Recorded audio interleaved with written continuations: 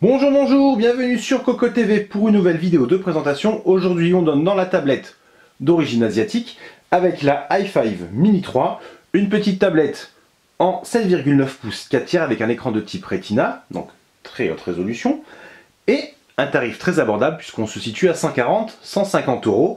Alors au niveau de la tablette, la voici, les accessoires, nous avons le petit adaptateur secteur, donc prise non française, on a toujours le petit adaptateur en bundle. Si on veut le remplacer, si on trouve que ça fait un peu grand, c'est vrai que c'est dommage parce que le chargeur de base, il est petit, il est agréable à l'œil, au toucher, il a l'air de bonne facture. C'est du 5 volts sur 2 ampères. On pourra toujours mettre autre chose, il n'y a aucun problème, ça chargera juste un peu moins vite. Il y a bien entendu un câble USB dans le bundle, blanc, pas trop long, pas trop court, alors là, chacun aura son avis sur la question.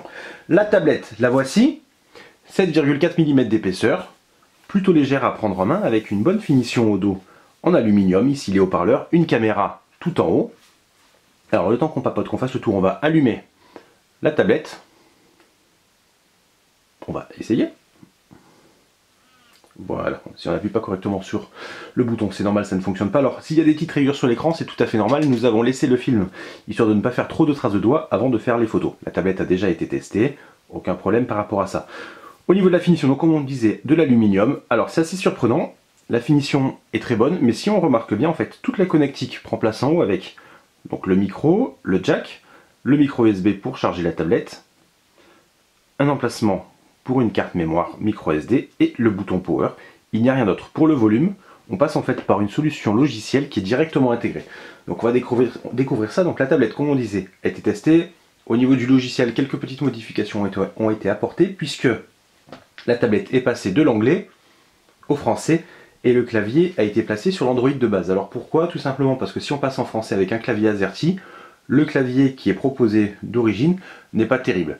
Les modifications peuvent se faire facilement et surtout, gros point fort, nous avons tous les services Google qui sont déjà installés. Donc on peut faire des mises à jour en sachant que nous sommes actuellement sur KitKat, donc du 4.4, une nouvelle très intéressante pour le tarif de la tablette, on rappelle 150 €, avec quand même au niveau des applications installées, un player vidéo déjà en place, un système pour lire les livres électroniques et quelques marques alternatives en chinois qu'on peut mettre à jour ou non, malheureusement qu'on ne peut pas désinstaller. Alors on va revenir au menu principal, un menu qu'on ne peut pas modifier intégralement, c'est-à-dire qu'en fait cette grande carte là avec des tuiles qui peuvent s'apparenter à du Windows Phone par exemple, ne peut pas s'enlever, c'est directement intégré dans la surcouche. En fait ce sont tout simplement des raccourcis pour lancer des applications de base et en bas à droite de chaque icône, un petit bouton qui permet de découvrir d'autres applications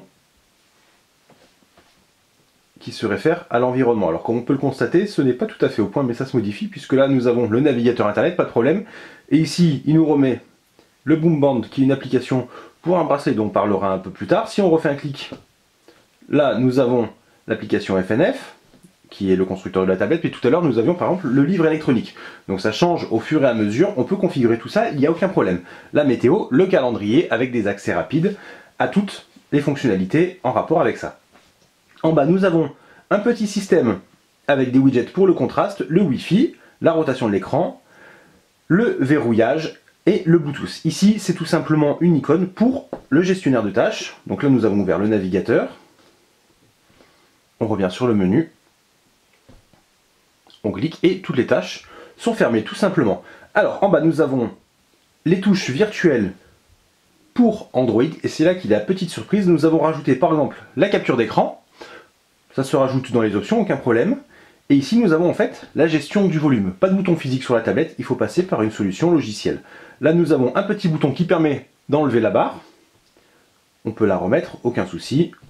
Le gestionnaire de tâches, le home et le retour. Les applications, donc comme on disait, les services Google sont déjà installés.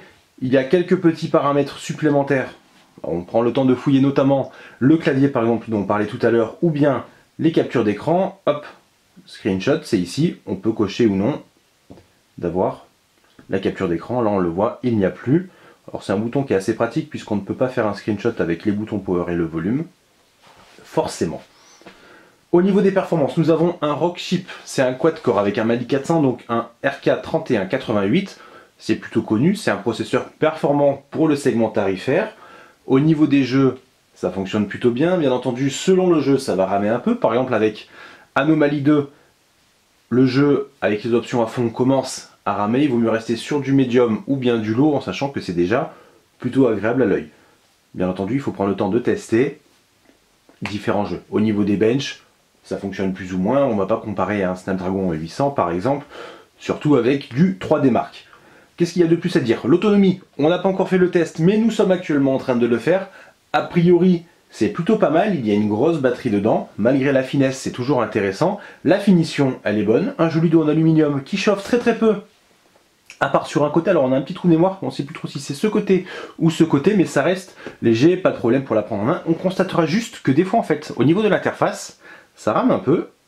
Alors on va verrouiller la tablette, c'est surtout à ce moment-là. Hop, un peu trop vite. Alors on constate, l'écran change à chaque fois avec de très jolies photos. Les couleurs de l'écran sont belles, le contraste est pas mal du tout, la luminosité aussi. Par contre, avec le film, ça brille. Si on retire le film, ça brille aussi. Pas de miracle par rapport à ça. Si on pivote, il y a un petit temps de latence et on sent quand même que l'animation n'est pas très fluide. Alors, rien de dramatique. Le changement s'opère plutôt bien. Comme on a pu le constater, il y a différents raccourcis selon les applications auxquelles on veut accéder quand on déverrouille. Voilà, on pivote encore une fois, et une nouvelle fois, on sent que ce n'est pas fluide à 100%, mais globalement, la tablette fonctionne très bien.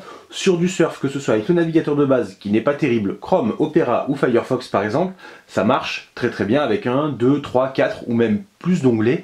On n'a pas eu grand chose à lui reprocher. Pour la vidéo, le format 4 tiers peut-être n'est pas le plus adapté, mais ça rend plutôt bien. Le son en revanche du haut-parleur, même s'il n'est pas mauvais, manque un peu de puissance logiquement. Pour la sortie casque, c'est pas mal du tout. Le test, on s'en occupe le plus rapidement possible. En attendant, on vous souhaite une bonne fin de journée.